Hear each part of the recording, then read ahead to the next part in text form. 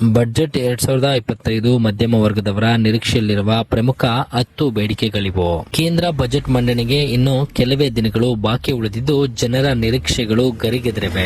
ಆದಾಯ ತೆರಿಗೆ ಸೇರಿದಂತೆ ವಿತ್ತ ಸಚಿವೆ ನಿರ್ಮಲಾ ಸೀತಾರಾಮನ್ ಅವರು ಯಾವೆಲ್ಲ ಬದಲಾವಣೆಗಳನ್ನ ತರಲಿದ್ದಾರೆ ಎಂದು ಮಧ್ಯಮ ವರ್ಗದವರು ಕುತೂಹಲದ ಕಣ್ಣುಗಳನ್ನ ನೆಟ್ಟಿದ್ದಾರೆ. ಬೆಲೆ ಏರಿಕೆಯಿಂದ ತತ್ತರಿಸಿರುವ ಜನರು ಆದಾಯ ತೆರಿಗೆ ಮಿತಿ ಹೆಚ್ಚಳ, ಬ್ಯಾಟರಿ ಚಾಲಿತ ಹಾಗೂ ಕ್ರಿಪ್ಟೋ, ಗೃಹ ಸಾಲ, ಉಳಿತಾಯಕ್ಕೆ ಒಂದಷ್ಟು ಪ್ರೋತ್ಸಾಹಗಳನ್ನ ನಿರೀಕ್ಷೆಯಲ್ಲಿದ್ದಾರೆ.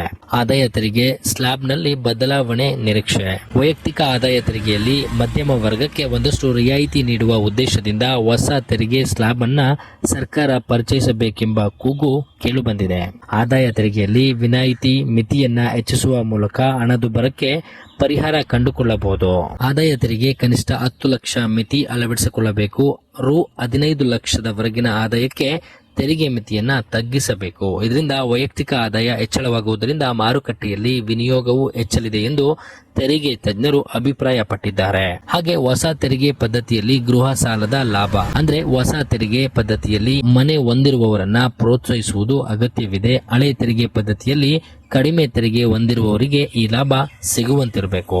ಹಾಗೆ ಮನೆ ಹೊಂದಿರುವವರಿಗೆ ಪ್ರೋತ್ಸಾಹ. ಸೆಕ್ಷನ್ 24B ಅಡಿಯಲ್ಲಿ ಗೃಹ ಸಾಲಕ್ಕೆ ಇದ್ದ ಹೆಚ್ಚುವರಿ ತೆರಿಗೆ ಕಡಿತ ಮಿತಿಯ ಲಾಭ ಮನೆ ಖರೀದಿಸುವವರಿಗೂ ಸಿಗಬೇಕು.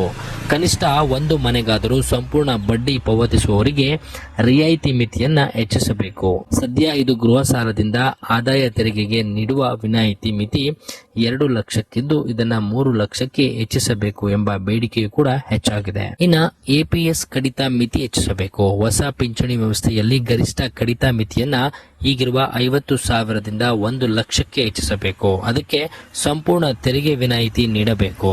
ಇನ್ನು ದ್ವಿತೀಯ ದರ್ಜೆಯ ನಗರಗಳಿಗೂ ಮನೆ ಬಾಡಿಗೆ ಭತ್ಯೆ ಅಂದ್ರೆ ನಗರದ ಪ್ರದೇಶಗಳಲ್ಲಿ ಹಣದುಬ್ಬರ ಪ್ರಮಾಣ ಹೆಚ್ಚಳವಾಗಿದ್ದು ಬೆಂಗಳೂರು, ಹೈದರಾಬಾದ್ ಹಾಗೂ ಪುಣೆಯಂತ ನಗರಗಳಲ್ಲಿ ವಾಸಿಸುವ ಉದ್ಯೋಗಿಗಳಿಗೆ ಮನೆ ಬಾಡಿಗೆ ಭತ್ಯೆಯನ್ನ 50%ಕ್ಕೆ ವಿಸ್ತರಿಸಬೇಕು ಎಂದು ಬೇಡಿಕೆಯು ಮಧ್ಯಮ ವರ್ಗದಿಂದ ವ್ಯಕ್ತವಾಗ್ತಿದೆ. ಇನ್ನು 80D ಸೆಕ್ಷನ್ ನಲ್ಲಿ ಬದಲಾವಣೆ ಅಗತ್ಯ.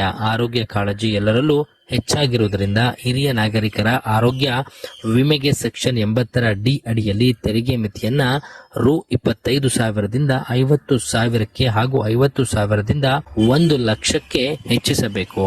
ಇನ್ನು ಭವಿಷ್ಯ ನಿಧಿ ಬಡ್ಡಿ ಮೇಲಿನ TDSಗೆ ವಿನಾಯಿತಿ ನೀಡಬೇಕು. ಭವಿಷ್ಯ ನಿಧಿ ಮೇಲಿನ ಬಡ್ಡಿಯು 2.5 ಲಕ್ಷ ಮೀರಿದಲ್ಲಿ ವಿಧಿಸಲಾಗುವ TDS ಅನ್ನ ಹಣ ಹಿಂಪಡೆಯುವವರೆಗಾದರೂ ಕಡಿಮೆ ಮಾಡಬಾರದು. ಹೂಡಿಕೆ ಮೇಲಿನ ತೆರಿಗೆ. ಭಾರತೀಯ ಷೇರುಪೇಟೆ ಹಾಗೂ ವಿದೇಶಿ ಷೇರು ಮಾರುಕಟ್ಟೆಯಲ್ಲಿನ ಹೂಡಿಕೆ, ಚಿನ್ನದ ಮೇಲಿನ ನಿರಂತರ ಹೂಡಿಕೆಯಿಂದ ಸಿಗುವ ಲಾಭಕ್ಕೆ ತೆರಿಗೆ ಪ್ರಮಾಣ ತಗ್ಗಿಸಬೇಕು. ಷೇರು ಮಾರಾಟದಿಂದ ಆಗುವ ಲಾಭದ ಮೇಲಿನ ತೆರಿಗೆಯನ್ನ ಅಲ್ಪಾವಧಿಯಲ್ಲಿ 15% 20ಕ್ಕೆ ಹೆಚ್ಚಿಸಲಾಗುತ್ತದೆ. ಇನ್ನು ದೀರ್ಘಕಾಲದ ಷೇರುಗಳ ಮಾರಾಟದಿಂದ ಸಿಗುವ ಲಾಭಕ್ಕೆ ವಿಧಿಸುವ ತೆರಿಗೆಯನ್ನ 10% 12.5ಕ್ಕೆ ಹೆಚ್ಚಿಸಲಾಗುತ್ತದೆ.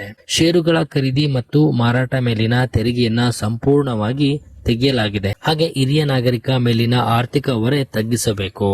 ಹಿರಿಯ ನಾಗರಿಕರ ಮೇಲಿನ ಹಣಕಾಸಿನ ಒತ್ತಡ ತಗ್ಗಿಸಲು ಅವರಿಗೆ ಹೆಚ್ಚಿನ ವಿನಾಯಿತಿ ನೀಡಬೇಕು ಎಂದು ಬೇಡಿಕೆಯೂ ಇದೆ ಎಂದು ತಜ್ಞರು ಕೂಡ ಹೇಳಿದ್ದಾರೆ. 80C ಅಡಿಯಲ್ಲಿ ಮಿತಿ ಹೆಚ್ಚಳದ ನಿರೀಕ್ಷೆ.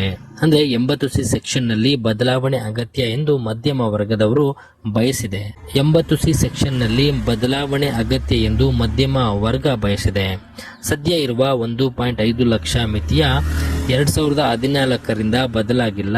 ನಿಶ್ಚಿತ ಠೇವಣಿ, PPF ಇತ್ಯಾದಿ ಹೂಡಿಕೆಯನ್ನ ಉತ್ತೇಜಿಸುವ ದೃಷ್ಟಿಯಿಂದ ಇದು ಅವಶ್ಯಕ ಎಂಬ ಅಭಿಪ್ರಾಯ ವ್ಯಕ್ತಪಡಿಸಲಾಗಿದೆ ಎಂದು ವರದಿಯಾಗಿದೆ. ಇನ್ನಷ್ಟು ಮಾಹಿತಿಗಾಗಿ ನಮ್ಮ ಪಬ್ಲಿಕ್ ನ್ಯೂಸ್ 24/7 ನ ನೋಡ್ತಾ ಇರಿ. ನಮ್ಮ ಚಾನಲ್ಗೆ ನೀವು ಸಬ್ಸ್ಕ್ರೈಬ್ ಆಗಿಲ್ಲ ಅಂದ್ರೆ ದಯವಿಟ್ಟು ಸಬ್ಸ್ಕ್ರೈಬ್ ಮಾಡಿಕೊಡಿ. ಈ ವಿಡಿಯೋ ಇಷ್ಟ ಆದಲ್ಲಿ ಶೇರ್ ಮಾಡಿ. ಮತ್ತಷ್ಟು ಸುದ್ದಿಗಳಿಗಾಗಿ ನೋಡ್ತಾ ಇರಿ ಪಬ್ಲಿಕ್ ನ್ಯೂಸ್ 24/7. ಇದು ಸತ್ಯದ ಧ್ವನಿ.